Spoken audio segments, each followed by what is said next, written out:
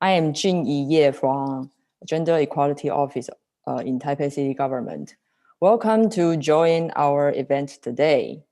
First of all, I want to thank our speakers today for organizing this panel together.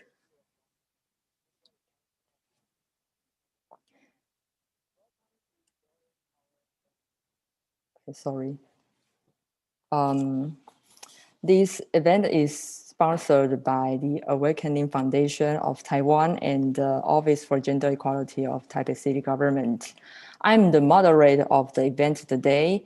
And before this event starts, I want to explain why we focus on this topic, no more glass ceiling, recipe for achieving gender equality in corporations. The female labor force participation rate in some of East Asian countries tend to be lower than the average of OECD countries. It is difficult for women to return to their own job positions after giving birth. The main reason is unfriendly employers and the workplaces, even gender inequality culture in East Asian countries. Although tradition is changed quite slowly, employers' mindset and the workplace culture can be adjusted gradually by the policies. Gender inequality in workplace happens not only in Asian countries, but also around the whole world. It includes gender pay gap, glass ceilings, sexual harassment, and pregnancy discrimination. If we hope to improve gender inequality in workplace, employers and corporations need to get involved. Therefore, governments and non-governmental organizations try to design some principles or indicators for corporations to take seriously friendly workplace and employees' rights. So today, I'm very pleased that we have 4 speakers from Taiwan and Japan. And first, I am going to introduce Yulong Qin from Taiwan. Hello, Yulong, just can you wave your hand? Hi, everyone. Okay. Yulong is the Secretary General of Awakening Foundation. Awakening Foundation is a feminist organization which has been funded for 39 years in Taiwan. There are 7 working members in the foundation, and Yurong is one of them. She has devoted herself to fighting for more gender equal institutions and policies on workplace, care work, and economic autonomy. With her teammates in the foundation, Yurong hopes to create a better world for everyone, especially for women. And next one is Dr. Li Long Wang from Taiwan. Hello, Dr. Wang. Dr. Wang is a full professor in Department of Social Work at National Taiwan University. She has been involved in policymaking and program designing for women locally and internationally for many years. Up to now, she has done more than 30 nationwide and international comparative studies regarding violence against women, gender equality, domestic violence, sexual assault, and sexual harassment, elderly women, female migrant workers, and so on. In her whole life, she has been not only serving as a teacher, researcher, but also advocate. She has been advocating women's rights and the policies through participating women's groups for several decades. She has also integrated her research into women's policy very well and made her life so impressive. And the next one is Tiffany Hong from Taiwan. Hello, Tiffany. Hello, everyone. Tiffany is a researcher in Office for Gender Equality of Taipei City Government. Yes, she's my colleague. She has devoted herself to issues of women's rights in medicine and public health, as well as protecting females from sexual exploitation. She worked in NGO for past decade prior to serving in the government. And last one is our special guest, Dr. Moriko Hori from Japan. Hello. Dr. Hori is the president of Women's Federation for World Peace Japan, and also the vice president and the director of International Service of Women's Federation for World Peace International. As a director of international service, she is responsible for 110 humanitarian projects in 50 countries. That's very a lot.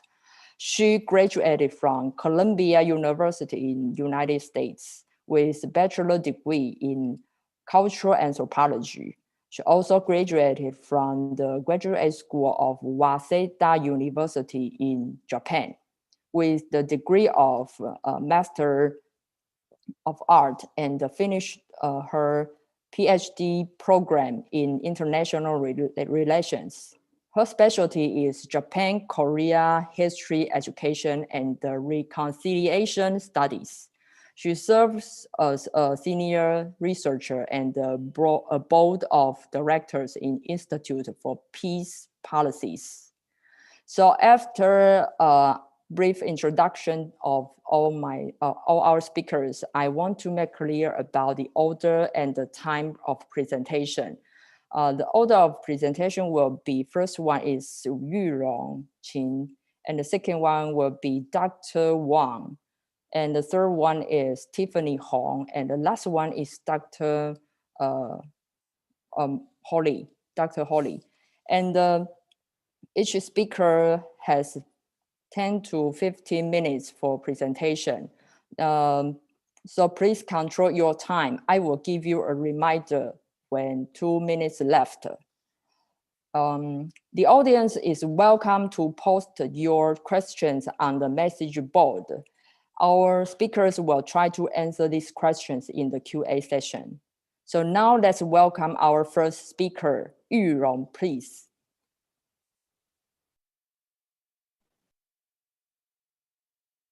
Hi, good evening, everyone. Sorry, can you see my PowerPoint? No, okay. You can share your screen. Okay, I can share my screen. Okay. You can see the button, the downside on your screen. Okay. Sorry here.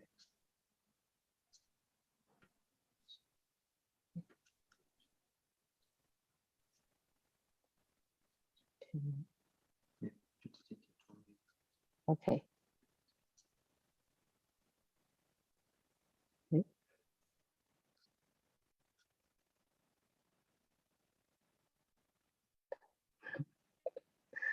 Okay.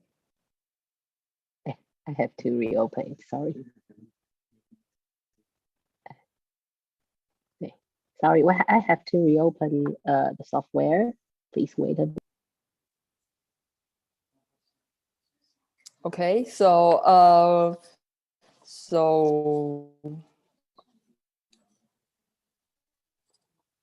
because Yurong has some problem with her computer, so we move on to the next speaker first. Next speaker is Lirong Wang, Professor Wang.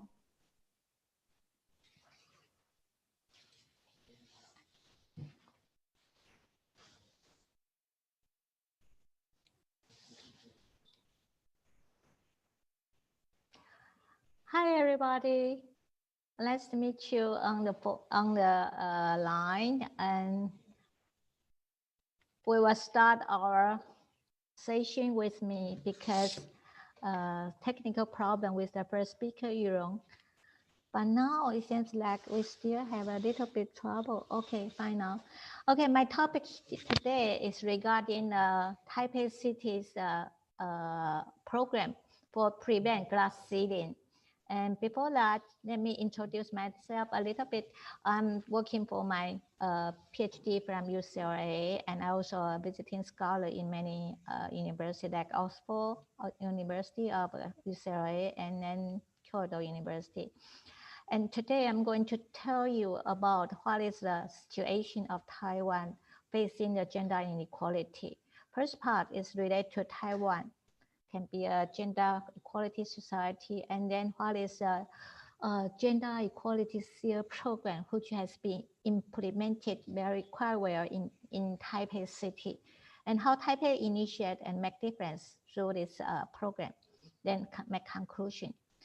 Taipei City has been working very hard since 3 years ago regarding how to make this gender equality program in workplace. So we'll talk about this carefully. And as you might know, Taipei City is the first one in terms of gender equality sphere program implemented. And it is sought as a tool for promoting gender equality in the workplace. So in the part one, I'm going to share with you is Taiwan a gender equality society. Later you will heard from Dr. Mori about is Japan a gender equality society. So just to give you a hint about what is GII to measure gender equality in Taiwan. This is done by UNDP, but since Taiwan is not member of UN, so we also use this kind of measurement to test whether Taiwan can be a great society in terms of gender equality. And under the measurement of done by kind of 3 dimension and of indicators suggested by UN, we have found out Taiwan has been pretty good in the measure of GII, Gender Inequality Index. Among the 163 countries, Taiwan's ranking is number 6. It's number 1 in Asia. So it sounds very good in 0-19, and this is our situation we have. So the first one, second one, and the last one, the third one, all are in European countries. So you might ask why Taiwan has been good in this kind of indicators showing gender equality. First, just show you a little bit about labor force participation. The gender gap is about 16, but it's slow. Compare with the whole island of Taiwan, gender gap in labor force in Taipei is better than the 16. Now it's 14, so it's not too bad. And gender wage gap in Taiwan is less than 15%, but Taipei is better. It's about 14. So we are so glad to see Taipei has been the number 1 city in Taiwan which highly emphasizes gender equality. And you also can see the intimate violence in Taiwan is 1 out of 5 are male, and the number of the cases is increasing. But in Taipei, 1 out of 3 are male. So you can see that's very different in Taiwan. So showing the male has a right, show their right to ask help about intimate violence. And coming to the second part about how gender equality sphere program can be a tool, I will use the UN experience to show you how Taipei has the start and is the first city using a gender equality sphere program implemented in the government and to help workplace to develop a gender equality workplace. By definition, the gender equality sphere developed in Taipei, in fact, has been implemented very early from the UNDP. And the meaning of that is that gender equality sphere is to accept with minimum quality standard and provide a clear framework to guide senior managers in linking gender equality at the workplace with development results. And in initiative from the UNDP, as I mentioned before, gender equality sphere is a process for the corporate performance of gender equality. So it has been done early, about 10 years ago. And based on UNDP gender SEER programs, in fact, there are 5 areas has been highly emphasized. First area is to reduce gender factors affecting salary difference. The second area is empowering women in decision making. And the third area is enhancing work and life balance. Then the fourth area is women's involved in non-traditional work opportunity. And then the last area that UNDP in gender SEER program is highly emphasized on anti-workplace harassment, just like our chair of this session, Ms. A mentioned. And for GES, or called Gender Equality SEER program, there are 4 goals. So this is so crucial to say why we need to promote gender equality SEER. First goal is to empower women for economic development. And second is to promote workplace to be a gender equality place. Then third goal is in anti-discrimination. And last one is achieving SDGs. So there's one more thing we have to emphasize is how this gender equality SEER program can be success. There's a called partnership between public and private and this is the key to achieve gender equality SEER program in the future. So in Taiwan, even Taipei, we have to think about how to help build up the relationship between 3 Ps, public and private partnership. Then move to the third part, how Taipei initiate and make difference through the gender equality SEER program. We start thinking about the problem of the gender inequality in Taipei City. So we use a PPPS model to think about how to help Taipei City to develop this SES program, GES program. And then we do a policy making, then provide a program to implement this policy. Then finally, we provide a service delivery system to help the goal of SES. And Taipei City is making difference based on GES program. Working 7 dimensions, I will tell you later. And this is the 3 dimensions in the first called the mechanism to promote gender equality, and the measures to promote gender equality in decision making, then the measures to promote gender equality in terms of pay. Then focusing on the education and training to promote gender equality. Certainly, we also expect workplace to provide work and balance program. The list, but not least, is a support to childcare. And then finally is a workplace full of safety and friendly to build up gender equality place. And this is 8 dimensions I just mentioned. But compared with UNDP, you can see there's 5 dimensions only. But in Taipei, we have think about how to localize this kind of concept and programs. So, and how we find out from the program, we find out for corporation, there are 3 kind of benefits.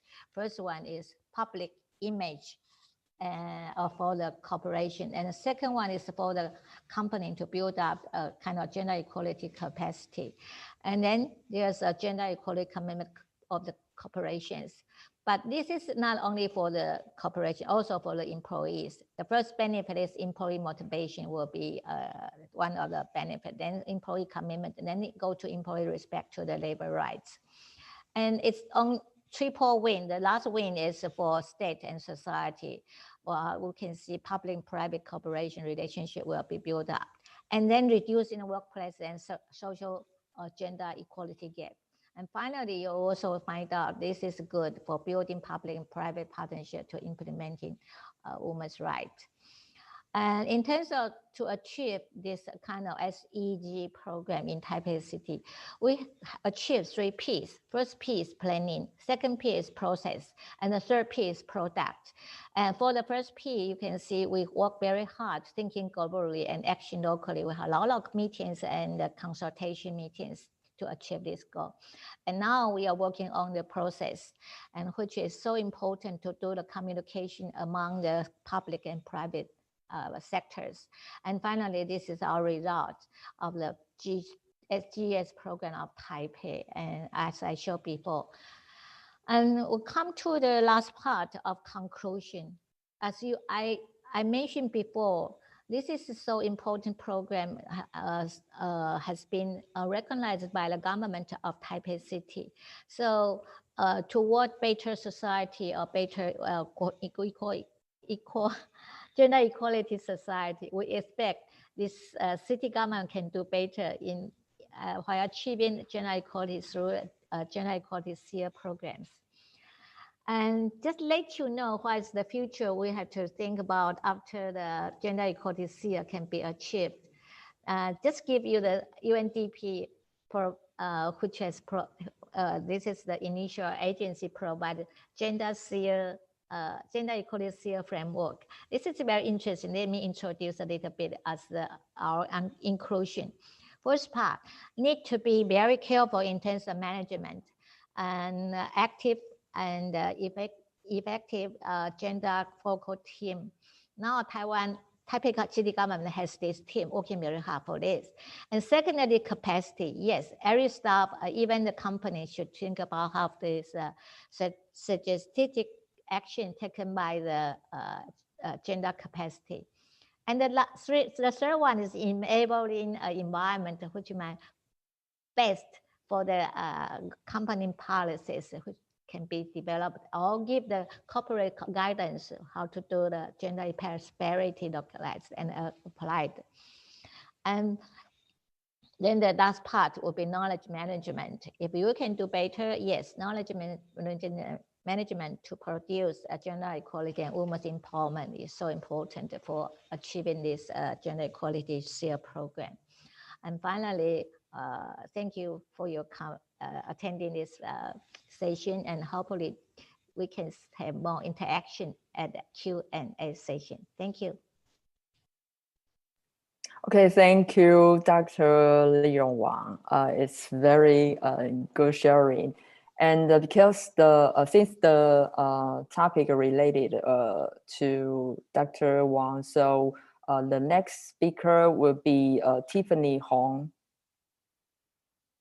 Let's welcome Tiffany Hong.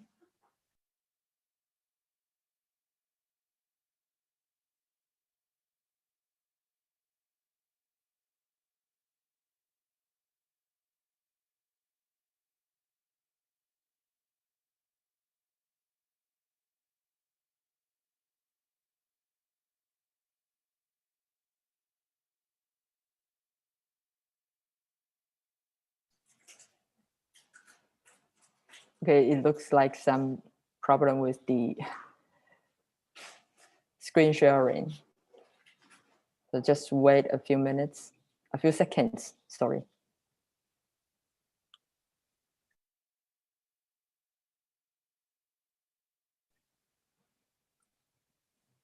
Okay. Tiffany, you can turn on your microphone so everyone can hear you.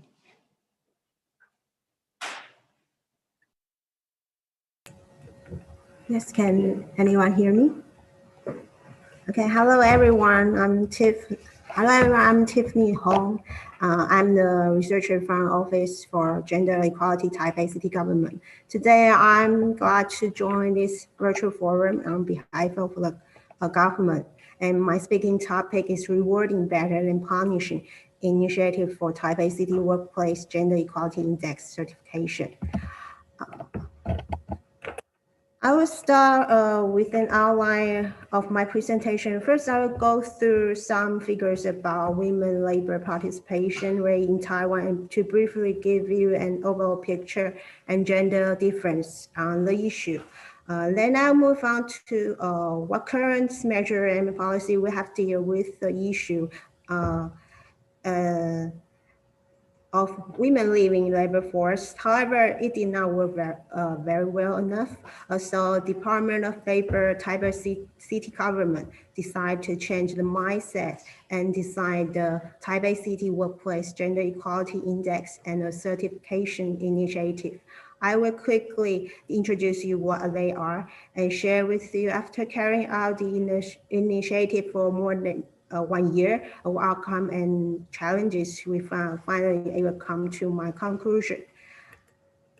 Okay, this is a graph of female labor force participation rates by age in 5 countries, including Taiwan, Japan, Sweden, and United States in 2019. We can find that the rates climbs up to the peak at age of 25 to 29, and turns down in most of the countries except for Sweden. As for Taiwan, the red line here, you can see the rates of Black age group reaches over 90%, standing out among all others. But it goes down rapidly after age of 30, and even becomes the lowest one after age of 50. It shows that as women move into childbearing age, that affects women's participation in the labor market. What is more, once women in Taiwan of that age group leave labor force market, they seem more likely to stay out of it after leaving. The situation is worse for us. Also, there's a gender differences on the issue. According to labor force participant rates in Taipei by marital status and gender provided here. For both men and women, the rates decreases after they get married. However, there's still a more than 10% point difference between men and women. It shows that marital status affects women more than men, and women tend to more likely return to family and take on caring responsibilities for their families after they get married. Women's labor participation rate hitting its peak during their childbearing age stage and never coming back is such a big loss to the society and serious issue to the governments. So the government has launched a series of measures and policies to tackle impediments married women may encounter when they return to the workplace. They are what you can see on the slide, including assistance measures for women returning to workplace, labor inspect project on gender equality in the workplace, and so on. However, after years of implementation, the rate still has not changed much. The Department of Labor of Taipei City Government therefore proposed to do it another way. They think that if we want to change rigid workplace culture, supervising companies or organizations and check if they are complying with government's regulation or policies is not the only method we can do. We do not wish to see that companies and organizations establish a gender equal and friendly workplace just because the law asks them to do so. Then the government should do something different and make changes happen first. That is, the government needs to change its mindset and roles they play throughout the whole process of promoting gender equality. In the past, the Department of Labor only played the role of enforcing the laws by punishing companies which violate the laws or regulations. It forms an opposing relationship with companies and organizations. Many of them would not actively or voluntarily create gender-friendly working environments or systems. To change the culture, the department started to think of making the whole thing as a kind of mutual collaboration. Therefore, it designs a mechanism as well as a guideline to assist companies and organizations. That is how the concept of Taipei City workplace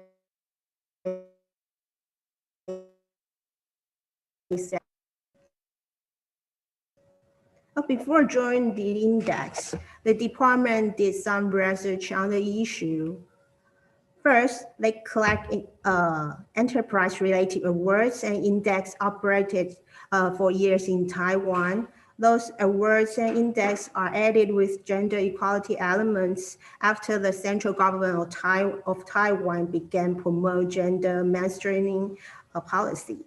Secondly, International trends and information are also quite important. They consulted related index and experiences from United Nations, European unions, European Committee, and etc. What is more, former commissioner of the department and her team paid visits to New York and San Francisco in 2018.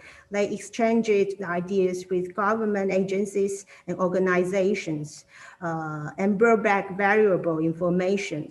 Finally, in order to make the index fit into context in Taiwan, they organized several meetings with stakeholders, including the Department of Economic and Gender Equality Office of Taipei City Governments, and scholars in the field, and representatives from labor unions and companies. Indicators were revised based on based on conclusion from discussion.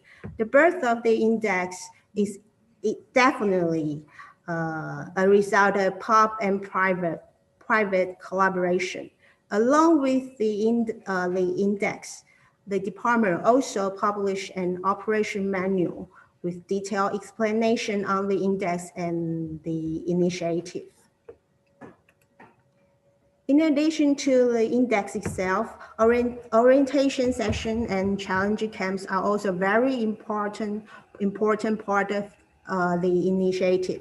They bring the government and companies together, listen to each other, and exchange opinions. Starting from 2018, before and after certification was officially launched, the department conducted several orientation sessions and challenge camps on the index for representatives from different industries. Most participants are from personnel departments in company. In sessions, they learn about the index and could take it back as a useful tool to help persuade their boss to implement gender equality in the workplace. For 4 challenge camps in 2018 to 2019, participants were asked to review the gender-related performance and situation in their own workplace before joining the camps. By doing so, they knew more about the index and advantages and disadvantages they have based on the indicators. If they found certain indicators hard to achieve in the safe review process, they could provide feedbacks to the departments, discuss together, and see if is there any solution to the issue.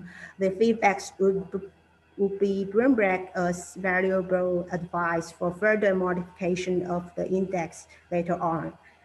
The camps also adopted innovative work cafe model that encourages every participant to share their experience with no fear of being judged or punished. So some companies, they share very good examples for others to learn from. On this side, you can find some examples. They also gave the department inspiration for revising and adjusting indicators and benchmarks of the index. In this way, the challenge camp serves as the dialogue channel between the government and the companies for improving the index and building trustful partnership. In December 2018, the first version of the index was released by Mayor Ke. It is the first one of its kind in Asia. Main purpose of the index is to encourage companies and organizations implements concept of respect, inclusion, diversity, and freedom from discrimination and bias in the workplace. The index consists of 7 indicators with 28 benchmarks. 7 indicators include mechanism, education, and training to promote gender equality, measures to promote gender equality in decision makers' position, salaries, work-life balance, and support childbirth and child rearing. Safety and friendly measures to promote gender equality, such as measures preventing and handling sexual harassment and violence. The first three indicators are set up beyond current regulations. Leaders of companies have to implement gender equality from top to bottom. It means from leaders themselves and decision-making levels down to salary paid to employees. Besides, since Taiwan has legalized same-sex marriage in 2019, the indicators expand to 7+1. +1 here refers to other LGBT plus friendly measures in the workplace, especially and those not covered in the other indicator. In 2020, when the certification initiative was officially launched, there were 30 companies and organizations applying for certification. There were from 6 kinds of industries. 90 of them had participated in orientation sessions and challenge camps. In the end, 12 out of them were qualified for certification. Among them, 47 is from finance and insurance industry, and 16.7% is from manufacturing industry, and 41.5% is companies with employees of more than 1,000 to 5,000, and 33.3% is ones with employees of more than 5,000. Here are some highlights from those qualified for certification. They cover 5 indicators. For example, we care much about if leaders of companies make public commitment for gender equality. It shows they are willing to lead the companies moving forward on the issue for dedicated units. Some companies have set up a task force group besides sexual harassment prevention committees to deal with gender issues more than just sexual violence. On education and trainings, some has done a good job in empowering female employees by organizing female leadership workshop or conference. To support childbirth and child rearing, some provide employees with living arrangement better than legally required or child rearing stipends. For promoting work-life balance, most measures are about how to assist employees to maintain work-life balance when they have kids. One measure is unique for its offering half-paid leave for those with kids starting school. As to LGBT plus friendly measures, in addition to all gender restaurants which are already well known to everyone, some offer other measures and education such as adoption leave for same-sex couple, training on knowing LGBT, and join LGBT parade to support their to show their support for LGBT community. All listed here are also good learning material for other companies. Tiffany, you have 2 minutes left. Okay, thank you. However, we also discovered that improvement needs to be made in certain aspects for those who are not qualified. First issue is lack of a dedicated or non-dedicated unit. Second is gender racial gap of decision-making position and lack of measure to solve the issue. And the last one is about salary gap between women and men in both management position and all employees. Companies from certain industries in Taipei are mostly owned and managed by males, and that caused the issue. More training and education to raise their gender awareness is still quite important. Taipei City government will also continue working with companies and organizations in different ways, such as offering advice on how to improve if needed. On November 2020, Taipei City government held an all-day press conference on certificate ensuring. Deputy Mayor Tai and Commissioner Chen together issued certificates and awarded medals to 12 companies and organizations. Their involvement shows not only their support for government's efforts on the initiative, but also determination to promote gender equality in the workplace. To conclude, In the initiative, Taipei city government use strategies, listen to companies and organizations, and offer stimulus. Awarding is encouragements, encourage them to take gender equality as a core value in management. It is even more than awarding. It is about process of the government working closely with private sectors in the hope of affect individuals, families, and companies to create a civil society with diversity and inclusion. Taipei City government will keep promoting the initiative and updating the indicators based on advices from experts, feedbacks from companies. Hope to see that more and more company and organizations join the certification and strive for gender equality workplace together with us. Thank you for your attention. Thank you. Thank you, Tiffany. It's very, very detailed introduction from Tiffany. And next will be our, yes, will be Yurong. Yurong, are you here? Okay. Can you hear me?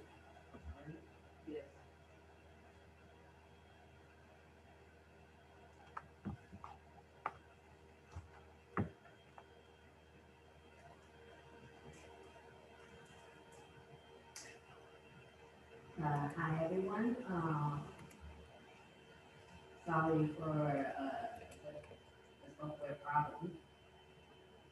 And I am the Secretary General of Awakening Foundation, Taiwan, and we are a non-governmental organization that fights for gender equality based in Taiwan. About Awakening Foundation, we are the Taiwan's first feminist organization founded after World War II. And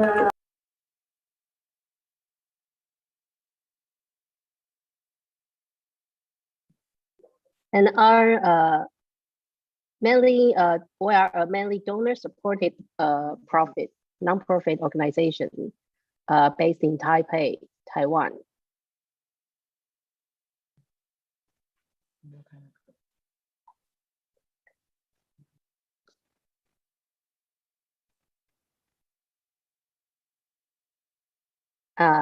And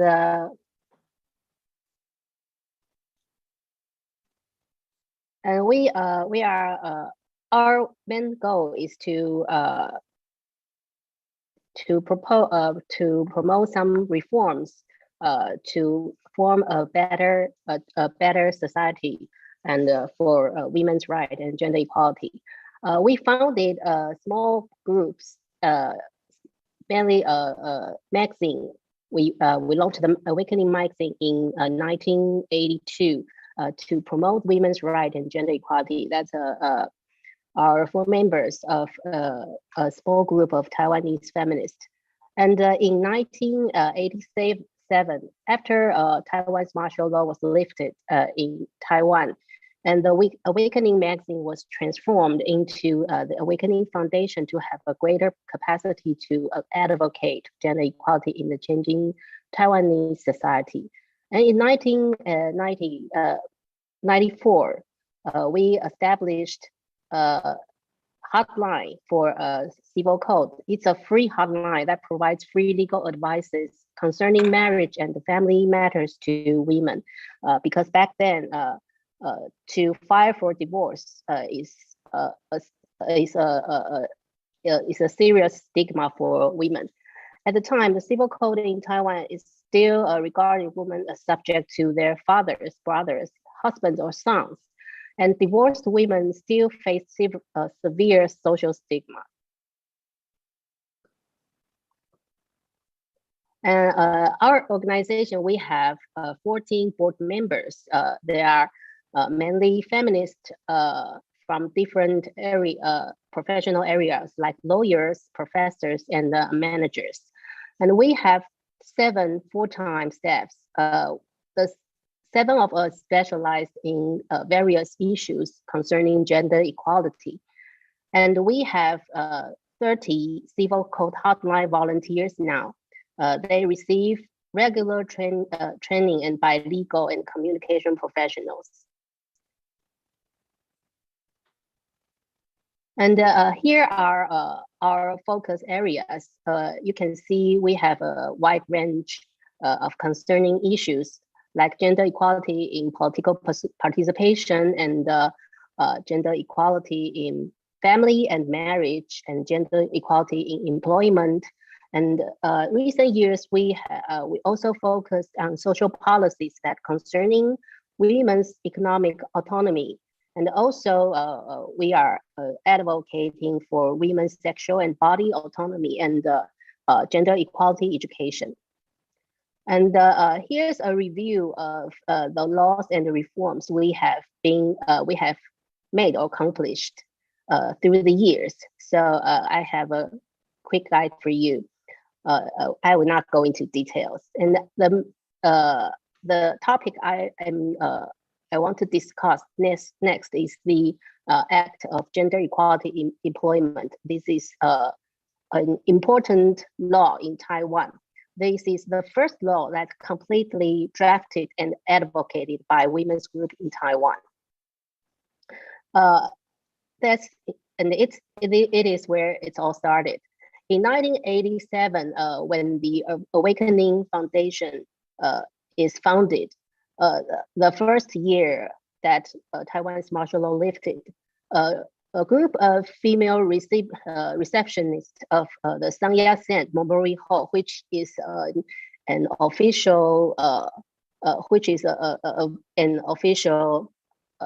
like tourist spot in Taiwan.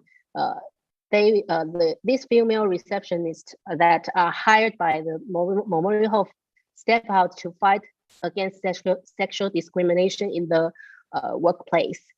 Because the Memorial Hall signed the labor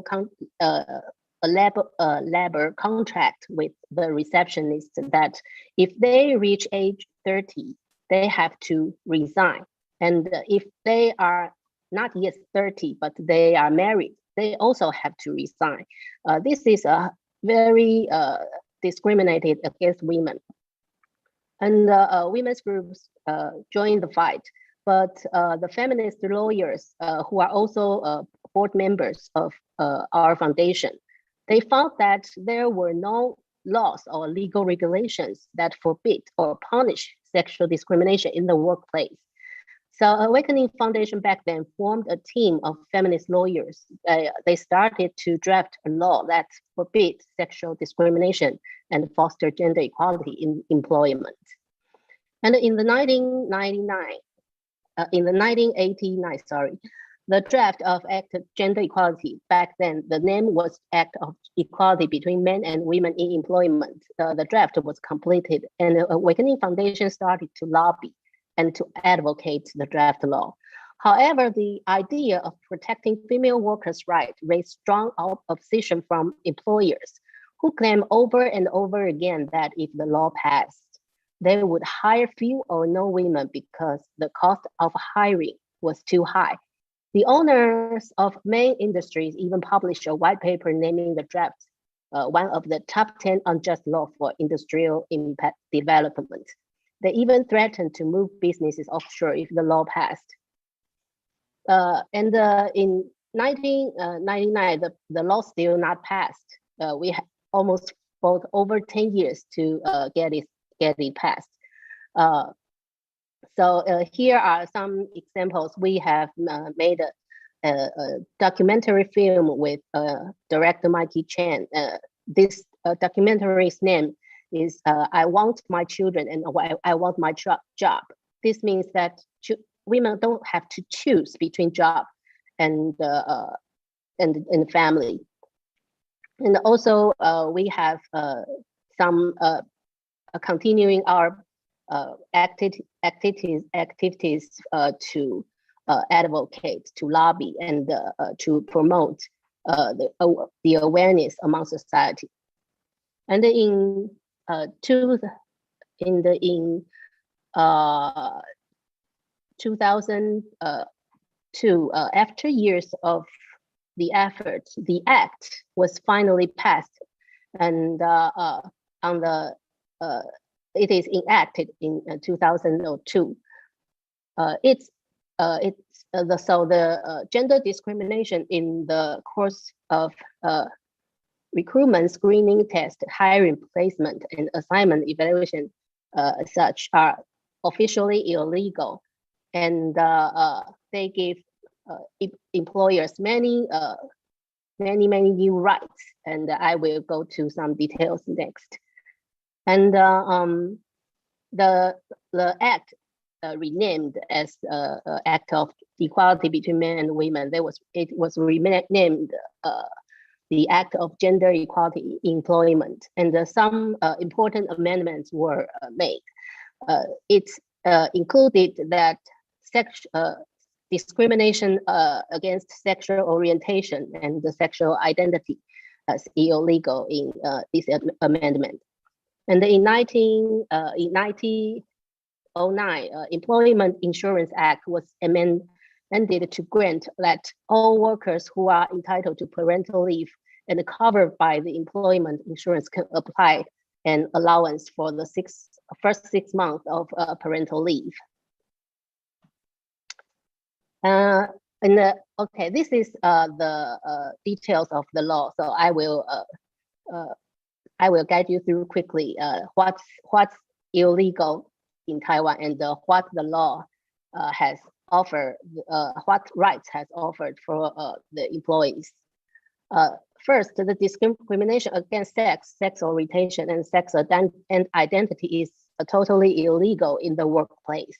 And to prevent sexual harassment in the workplace and to deal with it properly, if it happens, are legally the obligations of all employers.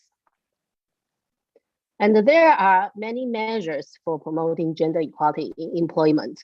Like we have a health-paid one day menstrual leave each month for every female employees. And we have full paid maternity leave before and after childbirth for a combined period of 8 weeks. And also, if a pregnant woman is diagnosed by a physician that she needs to recuperate, and short-term maternity leave is what she can take. And also, we have 5 full paid days of health checkup leave for pregnant employees. And we, for fathers or the spouses of the pregnant women, we have full paid 5 days of parental leave when the pregnant women are in labor. And also we have parental leave without pay up to 2 years maximum before any of employees' children reach the age of 3. The parental leave allowance for the first 6 months, if the employers is covered by the employment insurance over 1 year and is a single parent or the worker's spouse is working. And we also, if a mother come back to her work, she also have if she has to feed her child, or she has to collect breast milk when during the working hour, then she has 60 minutes a day for employees with children under age 2. And this time will deemed as working time. And employees with children under 3 can apply for reduced or rescheduled working hours. Family care leaves 7 days a year. However, this is not deemed as just in Taiwan, because this leave is full paid for civil servants, but without pay for those who are employed by private corporations or individual employers. So we also have established some mechanisms to deal with the violation of the law. We have committees on gender equality in employment that set up at the local government level and the central government level. The committee will receive and examine complaints concerning gender equality in employment made by workers. And the committee are also have their members also have a gender quotas, and they shall be expertise on labor affairs and gender issues. And also civil groups can recommend the members to the committee. And here are gender equality in workplace in Taiwan. So you can see Taiwanese young women are highly educated. The number over 1 means that more women are educated than men. So we have more women go to university and college than men. And comparatively, we have narrow gender pay gap. Here it compares to South Korea and Japan. However, our motherhood wage penalty is very obvious. The first one is the married men. They got about 48,000 Taiwanese dollars. But if you are a married woman without children, then you have like 40,000 Taiwanese dollars a month.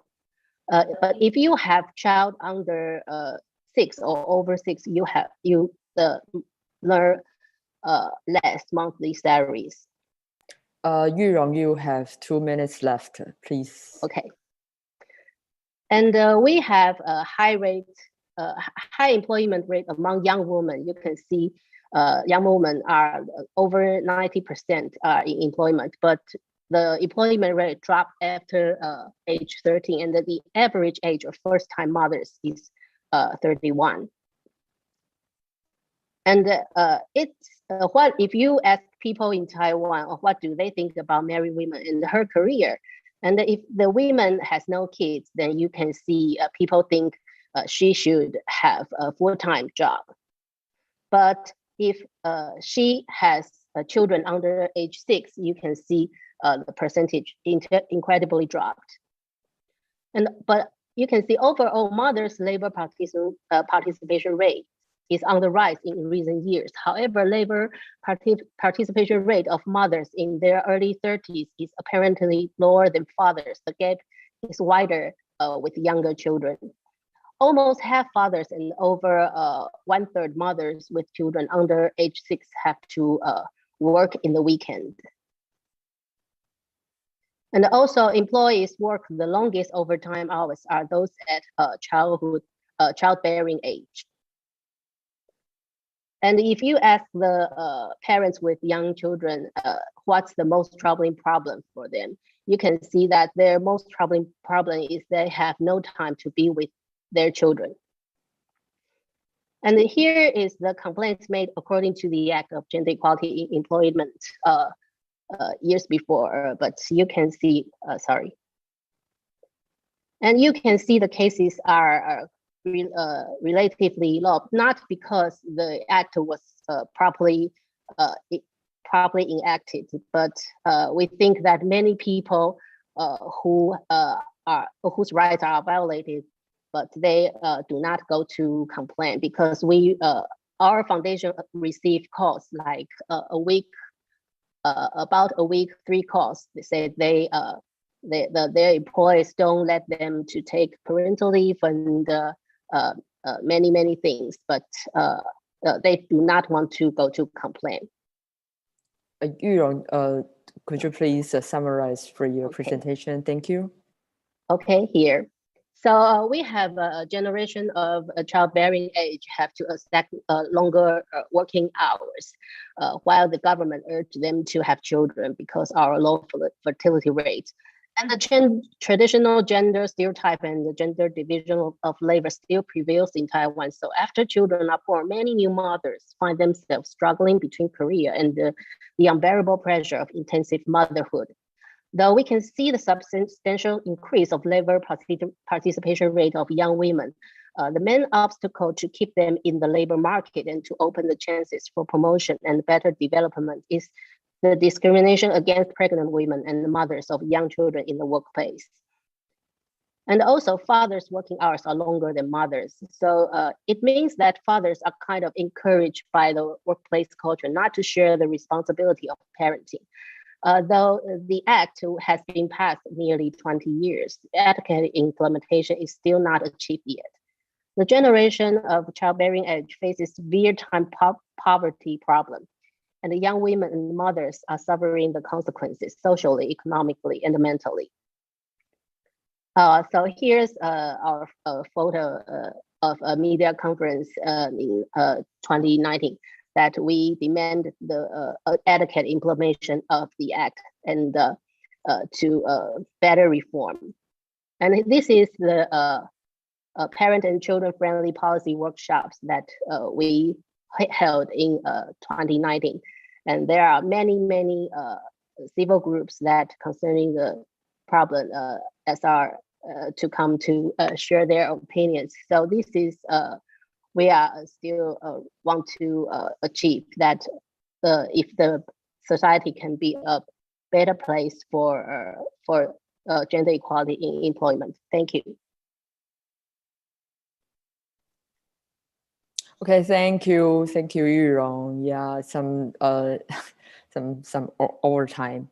So it's really a history for the feminist movement in Taiwan. So next, I want to welcome our special guest, Dr. Holly. Please. Thank you. Hello, everyone. Thank you so much for having me. This is my honor to be part in this wonderful session. My name is Moriko Hori. I'm the president of Women's Federation for World Peace Japan. Our main, work is to empower women and girls in developing countries. We build schools and giving scholarship and doing foster parents, programs and something like that. Actually, this gender equality issue is not my profession, but today I would like to present Japanese government policies on gender equality in workplace. And the subtitle is Current Status and Issues of Japanese Society. First of all, I would like to mention about the impact of COVID-19 on women in Japan. Like many other countries, Corona pandemic put Japanese women in more difficult situation. The number of female non-regular employment declined 700,000 in 1 month, twice as much as men. The number of domestic violence, sexual violence, and unexpected pregnancy is serious than ever. The number of female suicides increased 80% from last year. Decrease in single mother income, deterioration of working environment of essential female workers, closing of school due to the state of emergency put heavy burden on working women. So this is quite serious in Japan. And then now I would like to go into my main presentation. According to Gender Gap Report 2020, this is done by World Economic Forum. Japan ranked 121 out of 153. Japan is lowest among G7 countries. From 2015, Japan has continued to losing its rank. And among 4 categories like economy, politics, education, health, Japan is weak in both economic and political fields. On the other hand, according to UN Gender Inequality Index 2019, Japan ranked 24 out of 189 because this index includes, the maternal mortality rate and labor force participation rate. So, these ranks depends on which field of statistics you use. And all in all, Japanese government is fully aware of this situation, so that government has been putting efforts on improving the status of women in workplace. Japanese government policies on gender equality.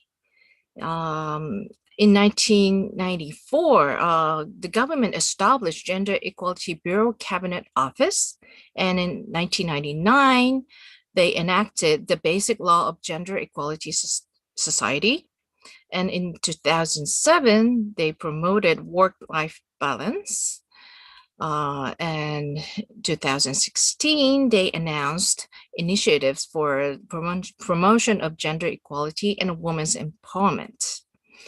The photo here is with the former Prime Minister Abe. This is the photo that he created, the Women's Shining Society Promotion Office.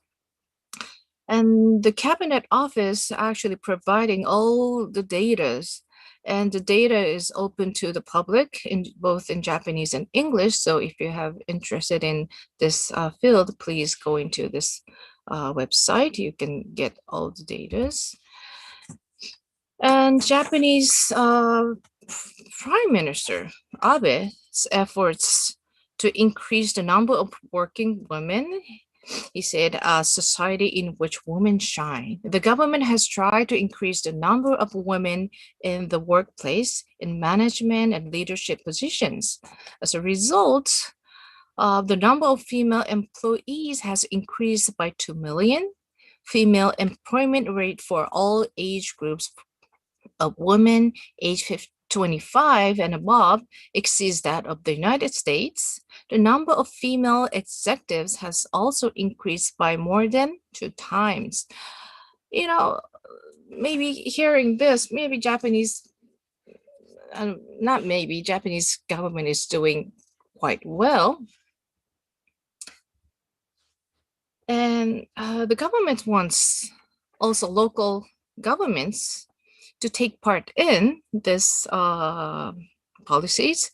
So the government created the website called Visualization for Act and Promotion of Women's Participation and Advancement in the Workplace. It's quite a long title.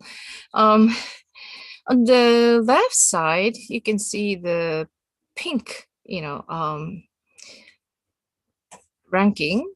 This is the municipalities where this ranking is municipalities where organization with the high rate of male employees taking childcare leave. On the other hand, the blue one is the municipalities where organization with less overtime work. So this side is very effective in elicit the cooperation of municipalities. And also this map, this is another site called the Visualization Map of Women's Participation Status in Municipalities. By clicking the map, you can see the ranking of cities by categories, such as, the rate of female executives and civil servants. So by this visualization map, the government expects local government to take active part in the government's policy. So actually it works well. And another initiative that government took, it was the Japanese government's initiative for corporations. The government also initiated the cooperation of companies by creating certification. It's called Eruboshi Certification. Eruboshi means earning stars. And this is for promoting the participation of women, the business owners with excellent efforts and implementation status for promoting the active participation of women can be certified by the minister. Employers can use this certification mark on products, advertisement, job listings, etc. And also business owners can get, subsidized low interest loan and many merits. As a result, 1,236 companies were certified. Among them, 9 companies received platinum Eruboshi. So they can put this, certification on their website. And these are the various PR on gender equality created by the government. So they did many policies and efforts. However, Many of you may know about this incident, happened in last month. The Yasuhiro Mori, he was the former Olympic chief, and he was also the former Prime Minister of Japan. He's 83 years old. He was quoted as saying, "Women talk too much," and that meetings with many female board directors would take a lot of time. This remarks set off a firestorm of protest. This incident showed us that despite of the efforts made by governments and municipalities and companies, there are, still deep-rooted gender bias in Japanese society. And I'm going to mention about this incident later. Okay, so why it's so difficult? There are two major fields that we have to, think about. It's social structure and social norms.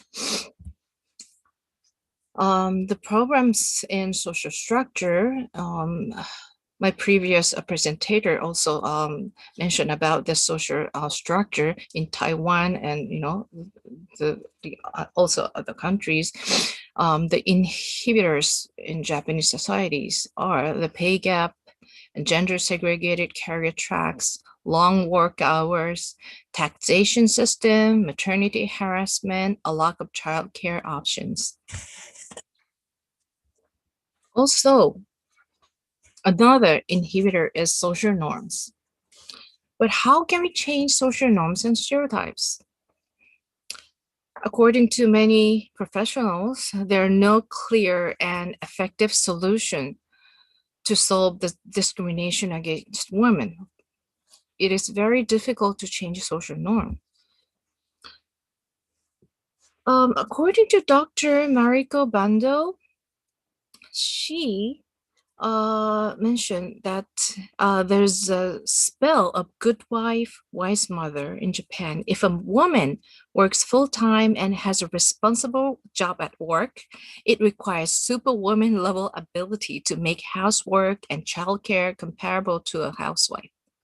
Just as work style reform is in the workplace are required, housework reforms and awareness reforms at home are required. I totally agree with it. This is,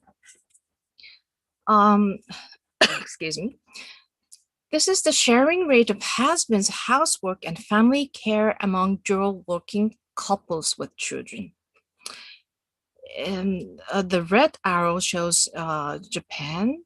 Actually, these data are from mostly like OECD countries.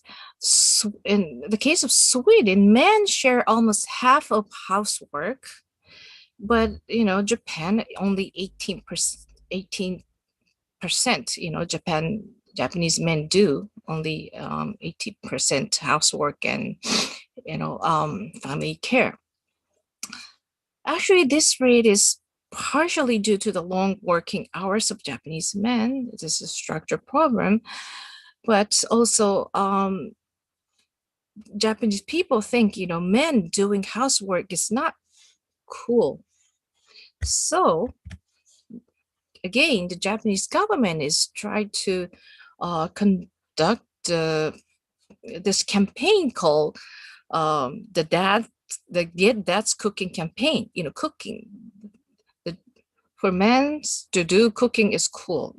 They came up with many campaigns to advocate this idea. So they did. They made the rule books and they made supporters, ambassadors, the recipes for men. Also, the competition for dads that they created dad's cooking competition. So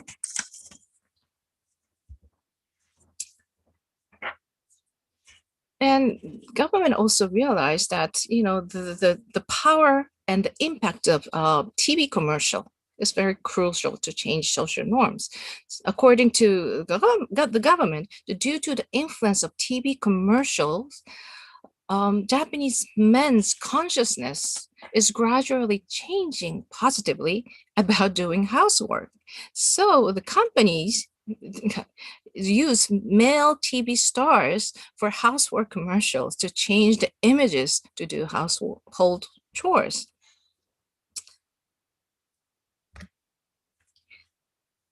But ironically, as I mentioned before, this incident had much impact on Japanese society than the government's policy.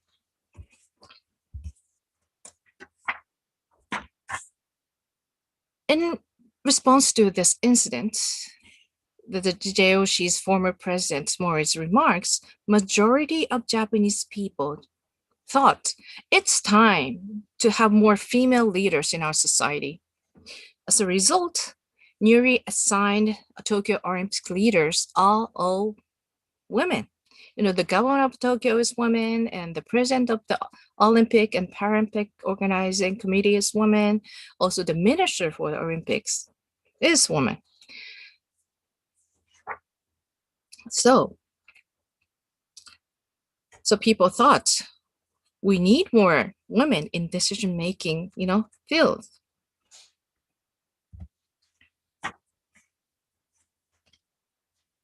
So in conclusion, this is my personal opinion. Let's get rid of discrimination and appreciate gender differences.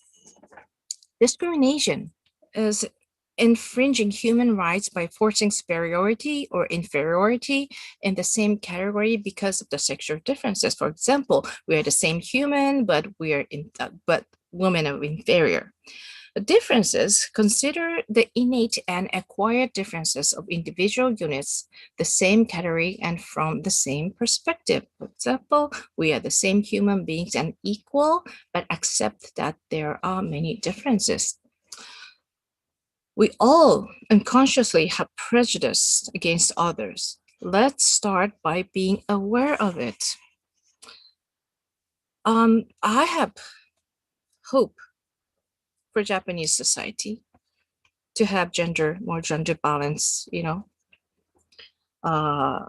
gender equality in workplace, because younger generation, they're more flexible and open-minded compared to elder generations. So I think it takes time, but gradually Japanese society are changing. And hopefully in the near future, we can break the glass ceilings. Thank you so much. That's all of my. Thank you. Thank you, Dr. Holly. It's a very, very fantastic presentation. And so we are going to in the QA session, and I see some questions from our audience, and so I will pick some and read them first, and invite our speakers to answer. And there's a question from Natalia. A question to Dr. Wang. Is there any difference in GII meaning for urban and rural women in your country? Thank you for your presentation. So, Dr. Wang, would you please answer the question?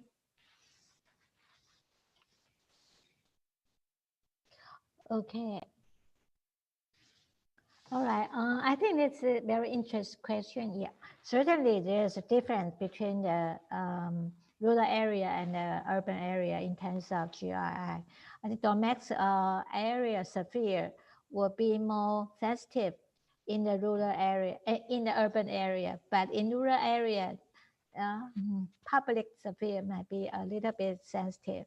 So we still need to fight for the rural women in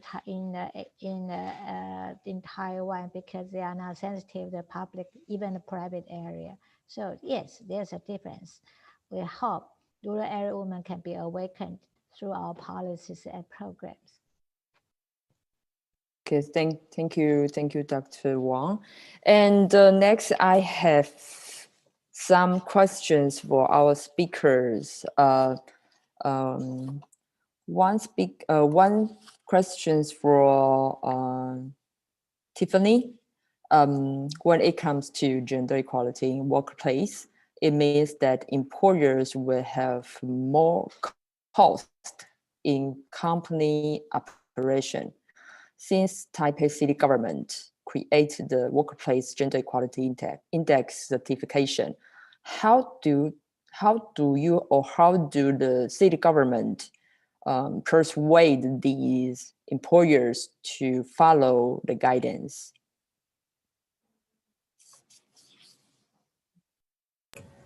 Okay, thank you for the questions.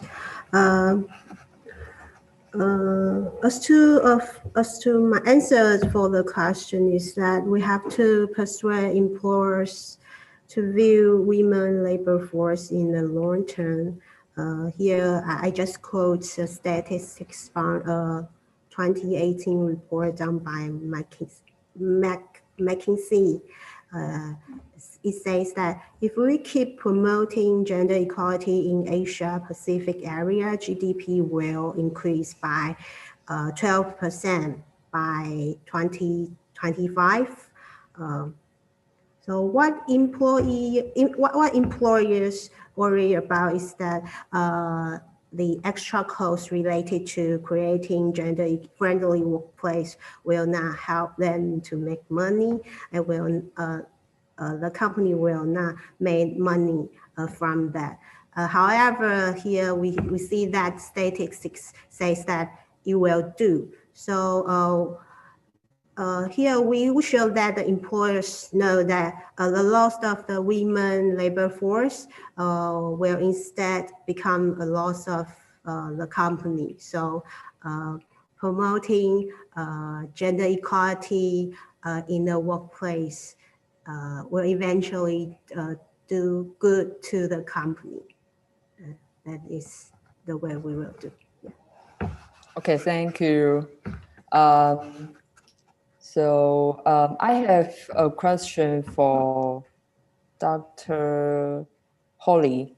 Dr. Holly just mentioned about sexist remarks from the former head of Olympic Organizing Committee, Yoshio Mori. I remember after this incident, a Japanese comedian, Mr. Tamura, refused to be the torch bearer of the Tokyo Olympic Games for some reasons. As we may know, the He for She campaign has been advocated for years. So what do you think men can do for gender equality in workplace in Japan? Thank you so much for the question. I think men should use their imagination. For example, what if they are the other gender?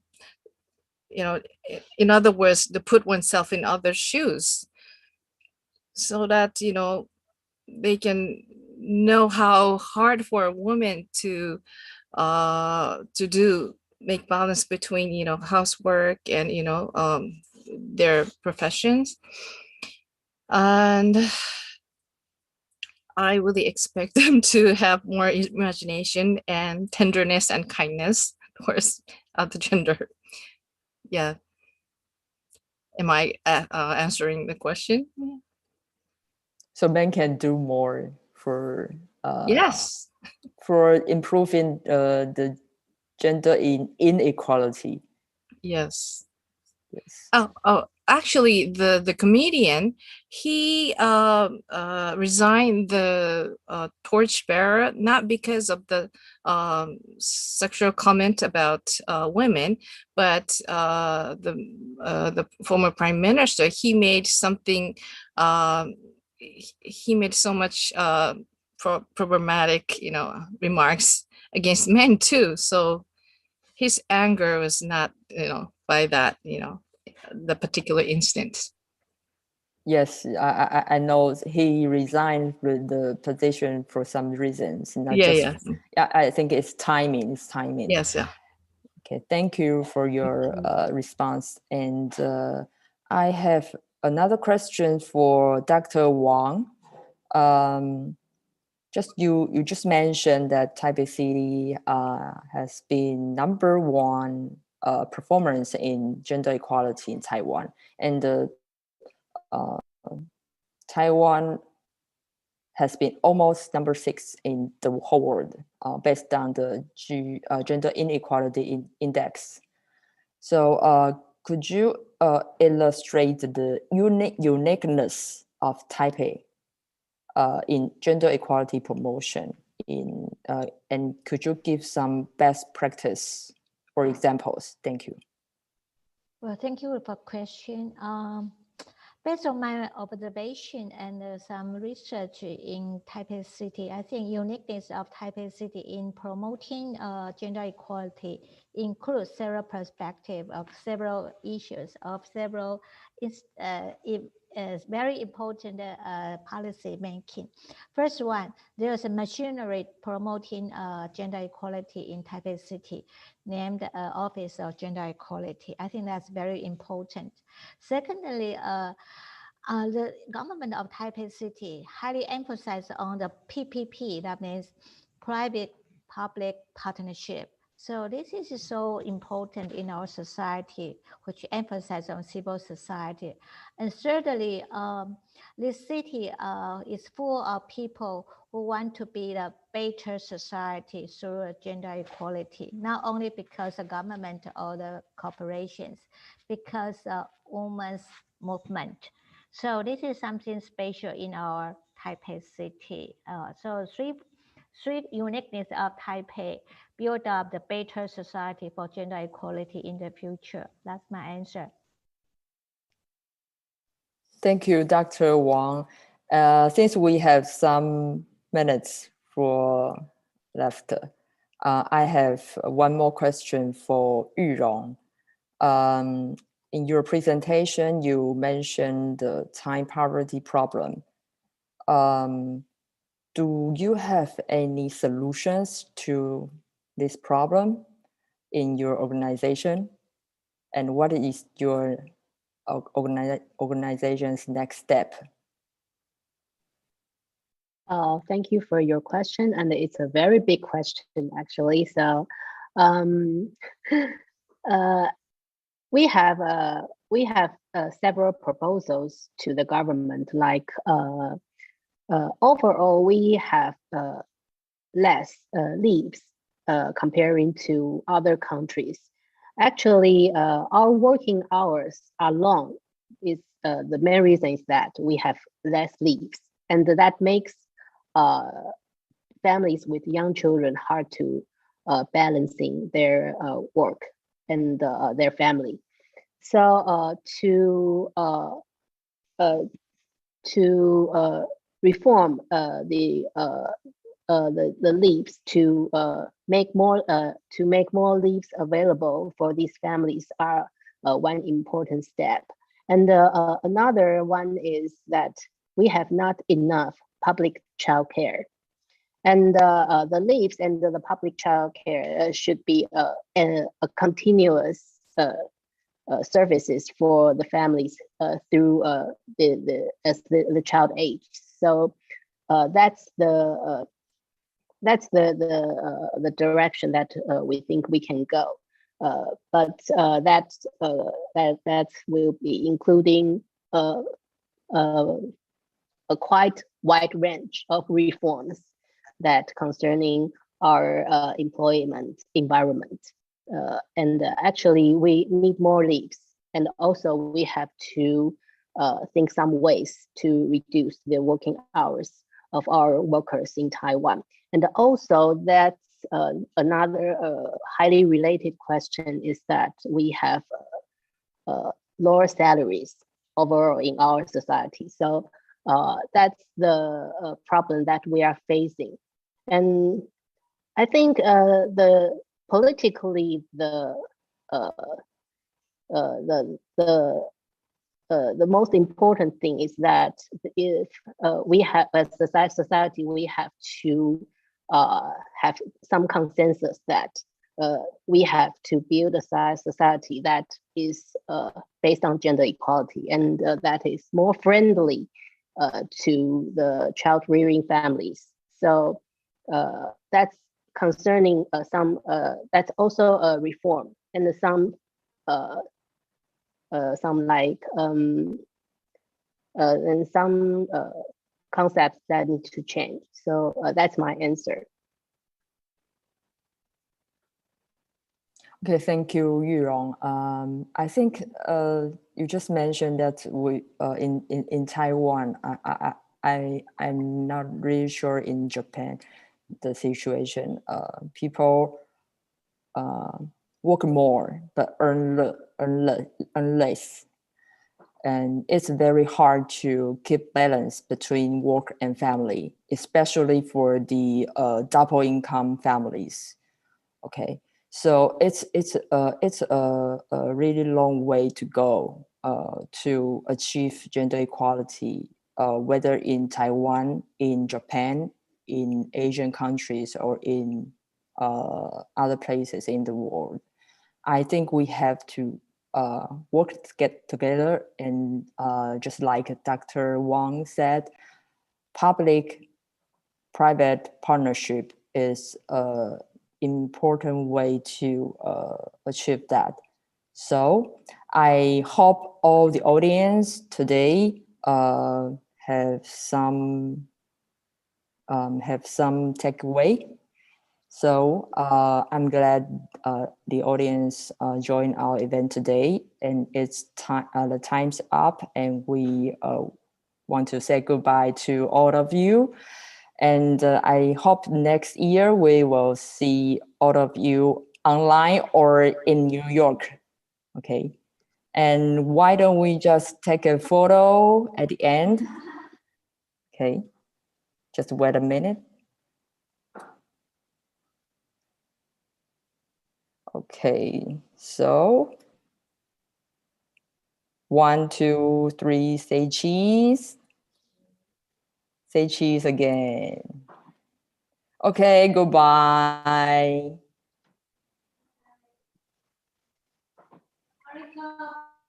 Thank you so Thank much. you.